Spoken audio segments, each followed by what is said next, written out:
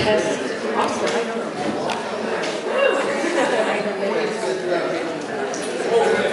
Hey everyone, if everybody wants to find a seat. Awesome. Great turnout, that's amazing. I calculated for 40, or a little bit more than that, that's awesome. So welcome to the Election Forum today. The event is hosted by the Similkameen Country Development Association. From now on I'll say SCDA, that makes it a little bit easier. I'm the administrator for the SCDA. We have our office in the Keremeos Info Center. Some of you might have seen me over there.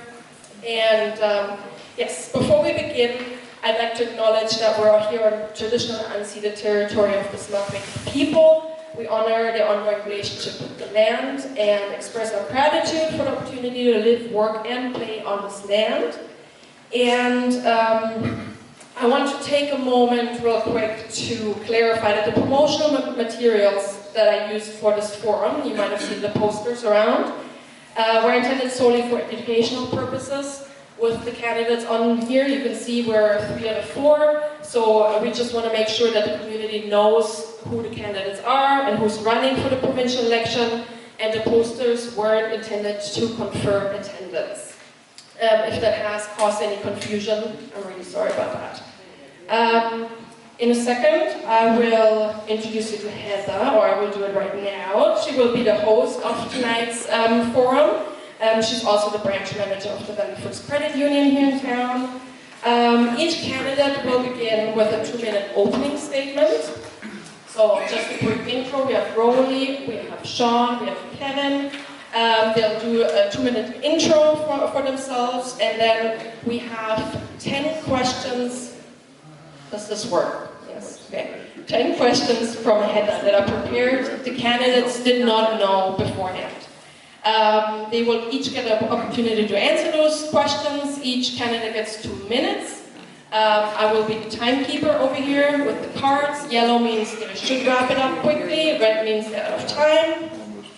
And then after the 10 questions that we have prepared, there is an open Q&A. So if there's any topics or questions that we have not covered, you get the opportunity to ask them. We are obviously committed to fostering an environment of respect and inclusivity throughout this forum. I know it gets really politics get really emotional, but we want to be respectful tonight. We want to be listening thoughtfully to each candidate, and we respect diverse opinions. Yeah. Oh, the one last thing, very important. The SCDA does not endorse any specific candidate or party. Our goal is to offer equal opportunities for all candidates to engage with the communities we serve, ensuring that residents have access to the information needed to make a confident decision in the upcoming provincial election. And with that, I'll give it over to Heather.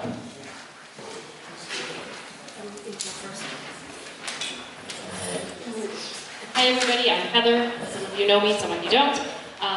I was totally not nervous, and now there's so many of you, I'm really nervous. So please bear with me, hopefully I enunciate properly. I'm first going to let the candidates take it away. When I do ask questions, I'm going to try and make it so that each candidate gets a chance to ask first, and each candidate gets a chance to ask last. So I think we're going to start with you, sir. 2 minutes to an opening here. You might have to turn it on, the mic.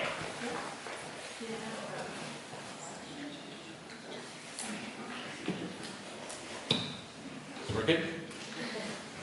Good evening. My name is Kevin Eastwood. I am relatively new to boundary-similkameen. My wife and I moved to Christina Lake a year ago last week, or a week before. We're very excited to be in the region and dreaming of our future there, and be there permanently and getting involved in the community. Thanks for having me. I feel very privileged to be running with the BC Greens, to be representing a platform that I believe in, and that gives me hope as a British Columbian about moving from where we are, which is a place I'm very grateful for, but continuing forward, looking at fact-based, science-based, data-based decision-making, listening to seniors advocates and community groups and local government, and implementing solutions that they believe in, and taking time to be here and to listen to yourselves, be in touch with the folks at boundary-similkameen, and be able to see ways in which we can improve the lives of all British Columbians, starting here at home. Thanks very much for having me.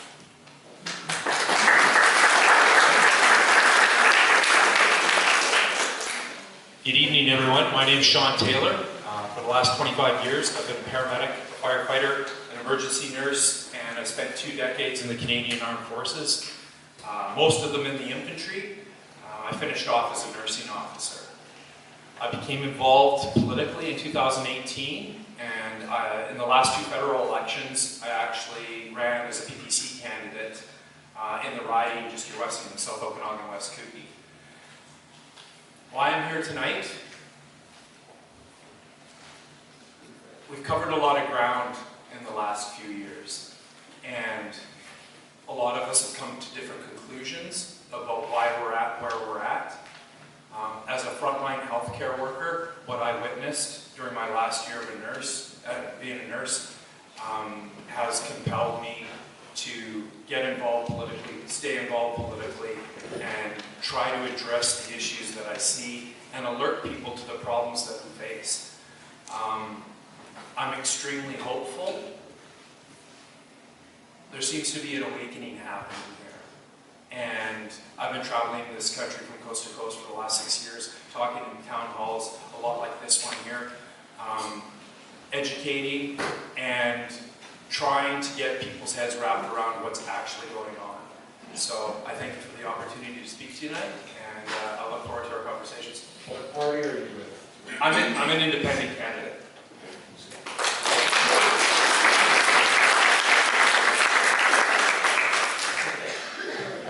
Hi everybody, I'm Roly. I was asked for a question I just got, which is about me personally. I was born in Grand Forks. I have a wife and 2 kids back there. I don't share a lot about that because it's getting pretty toxic out there on social media, so we don't put too much of that out there. I have had the privilege to be your MLA for the last 4 years, to be fighting for these communities and these people. It's an honor to have been able to do that, and I take that very seriously. I grew up in the Boundary. I went away for a bunch of years, lived in a number of different countries. We decided we wanted to be back on farms, raise our families, so we moved back for that. And now, 17 years later, we're still in the Boundary. And really, after that, I got into farming, got into agriculture, was working with some agricultural nonprofits. Through that work, ended up in local government, advocating for farmers, and in turn, through that work, I ended up being the chair of regional district. We went through some devastating floods, leading the flood recovery, working with provincial government, and realized that was my cue to put my hand up to run for provincial government. And so that's been my last 4 years, and really at the heart of why I do this work is trying to make sure that government is working for people, and trying to make sure that government is supporting community-led initiatives. We'll have lots of time, I think, tonight to talk about some of those examples, whether that's in agriculture, whether that's in mental health and addictions, whether that is in housing. And so I look forward to the conversation. Thanks. I'm pleased to see we have 3 of us up here, so thanks to the other candidates, and look forward to the conversation.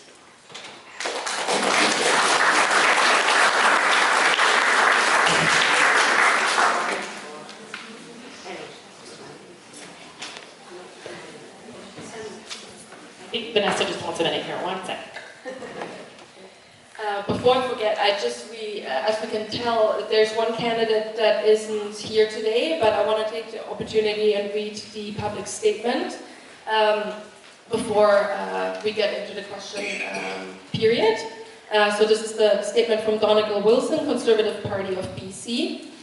When I began this campaign, I made a commitment to the people of boundary-similkameen and to myself that I would run with integrity and respect.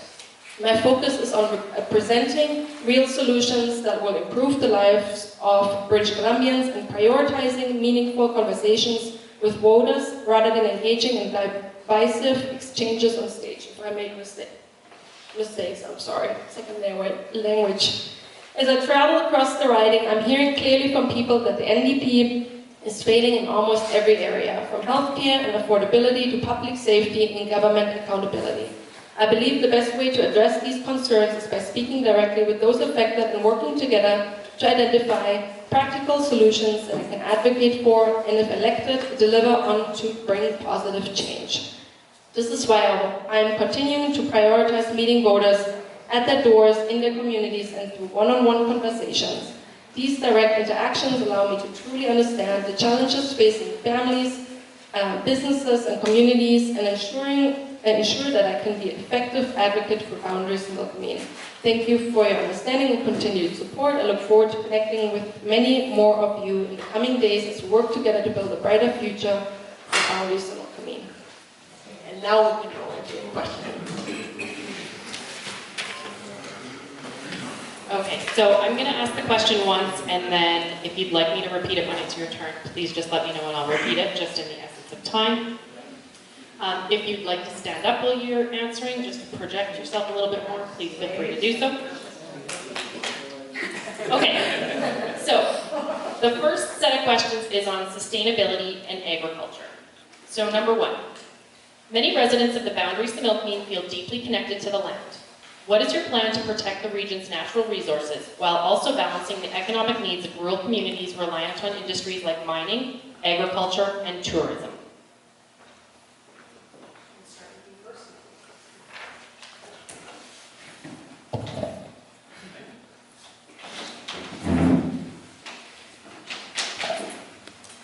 All right. Nope, that's better. Can you hear me? Yeah? Great. So, agriculture, with respect to sustainability, right, this is the core value, or a core value, among the BC region. And what matters most is thinking about who are we protecting our water quality and our air quality for, and it's the communities of people that live here, the people of Keremeos and Costin, and local First Nations, and Princeton. And so the BC Greens like to support initiatives that really put those communities front and center. We're not opposed to mining, but we believe that the Mines Act needs revisiting to ensure that water quality is looked after. We want to empower watershed sustainability committees to help steer policy within each watershed so that you are responsible for and benefit from taking care of your own watershed. With respect to tourism, there's a tremendous amount of opportunity to expand cycling and more sustainable tourism options that might be more financially accessible to British Columbians and folks from abroad as we move forward, that can bring income into the community and perhaps underdeveloped opportunities. And I don't think we need to talk too much about regenerative agriculture, which is something else that we support, with Costin being, I think, the capital for organic agriculture fruit production in the province. So it's about recognizing some of those strengths that we already see implemented here. And with watershed stewardship, there's a great group working already in Grand Forks, and taking those initiatives and supporting you, the community, in making sure that your resources, your water, your air are protected, they're looked after, and that we're striking the balance while attracting investment and resource protection. Thank you.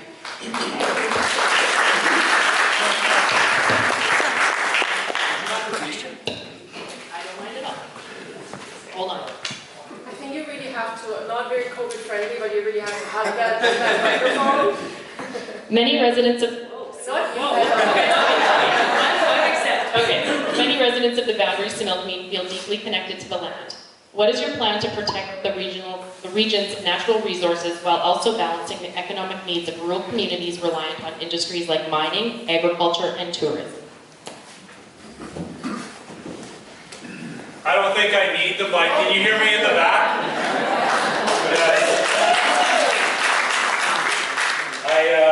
I've been retired from the military for a while. I don't get to yell at the troops anymore. It makes me sad.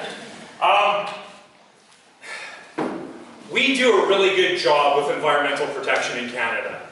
We're fed this narrative continuously that we're extremely dirty, and it's just not true.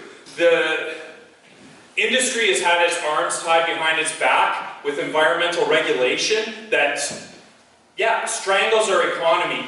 We have really, really good programs that support, like he suggests, regenerative agriculture, right? Building soils, no-till farming resources with government funding for a lot of research to make these things happen. It's just so caught up with red tape that we can't. You look at British Columbia, they call it beautiful British Columbia for a reason, right? We're larger than most countries. We should have a national sovereignty fund that rivals Norway. Unfortunately, you can't get business done in here because of all the bureaucratic red tape involved. We do a really good job of taking care of the environment, right? And pushing these narratives like carbon. Carbon is the basis of life on this planet. You want to talk about pollution? Let's talk about SOx and NOx, PFAS, the chlorofluoroalkali substances, right? The forever chemicals. We're attacking carbon and nitrogen. This is misplaced. This is an ideology that's being pushed for financial reasons, right? And we need to bring some common sense back to this.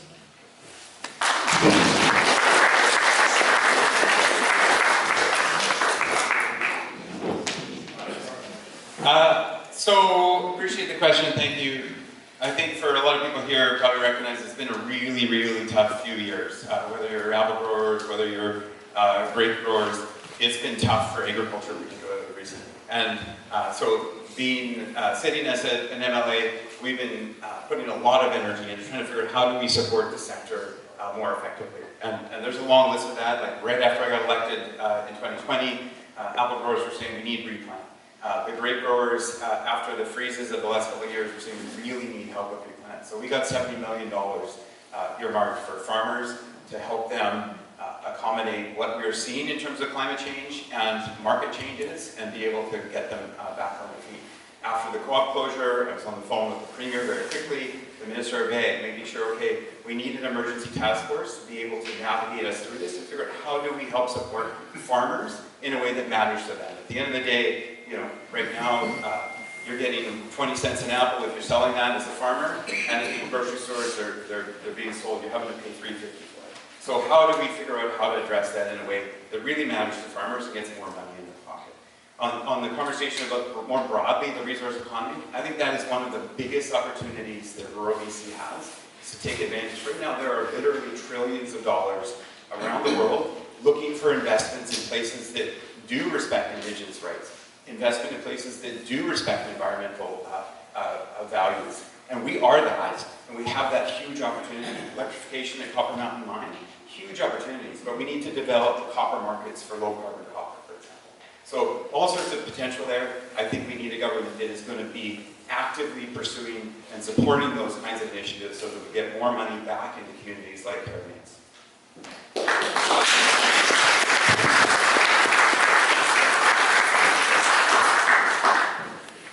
Thank you very much. Okay. Agriculture is central to the boundary-similkameen economy, but local farmers are facing significant challenges, including rising operational costs, labor shortages, especially after the recent closure of BC tree fruits. How would you address these issues to ensure the long-term viability and sustainability of farming in the region?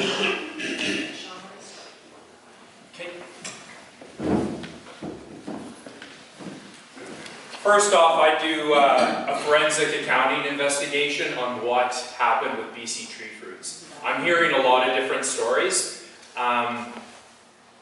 Something's rotten in Denmark. I don't know what at all transpired there. There's a lot of people saying a lot of things, but when you look at what's happened there, it looks like that there's been a theft of equity from our communities. What was the second part of the... How would you address these issues to ensure the long-term viability and sustainability of farming in the region? Costs, labor shortages. First off, carbon tax. We live in a very large, cold jurisdiction. Right? Carbon tax makes everything more expensive. We need to axe the carbon tax. Government is inherently inefficient at things. We need to get them out of the way. Like, the farmers here, are you looking for handouts from the government? or for the government to get out of the way and let you do your job, right? The answer to every question isn't more government. I think that's what's throttling our agricultural industry. When we look at what's happening with food infrastructure throughout the country, I think food sovereignty is something that should be on people's minds. We eat a lot more food than we produce here in British Columbia. And I grew up in the Okanagan, right? And you look at all these orchards that have been replaced with vineyards and stuff. We don't grow as much food as we should be growing here. So, thanks.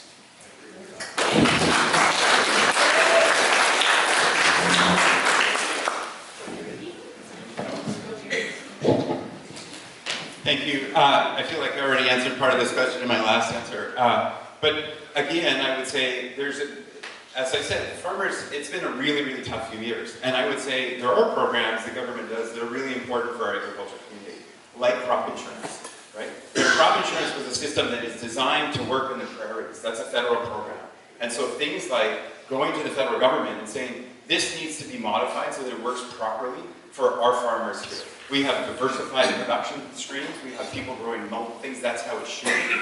But the crop insurance programs don't work well for that. Things like replant are the opportunity for government to say, this isn't a handout. This is a way to say, if you have an apple orchard and you realize that you've lost a bunch of your trees, or you need to shift to a new variety, you need help doing that. Because right now the costs of doing that, the private sector costs alone are prohibitively expensive. We're looking at labor, we're looking at all those incremental costs. So figuring out how does government actually position to support farmers in a way that's going to work well for them on the ground. And there are a ton of examples of that. It is commitment, I would say, like in the BC NDP platform, you may or may not have seen, we have a commitment to a task force. And it's that kind of task force is the opportunity to say, answer that question with the right minds around the table. It's engaging with the farmers, engaging with the agricultural industry to say, how do we help you? One of the questions I've been asked is, is there an opportunity to advocate for, to leverage more of the federal government through Farm Credit Canada, for example, to get more low or no interest loans so that we have cash flow for our farmers. Those kinds of solutions make a difference. Those are the sorts of things that I already have been advocating for in Victoria, in the legislature, and around my cabinet colleagues' tables. And it is the sort of thing that I will continue to advocate for.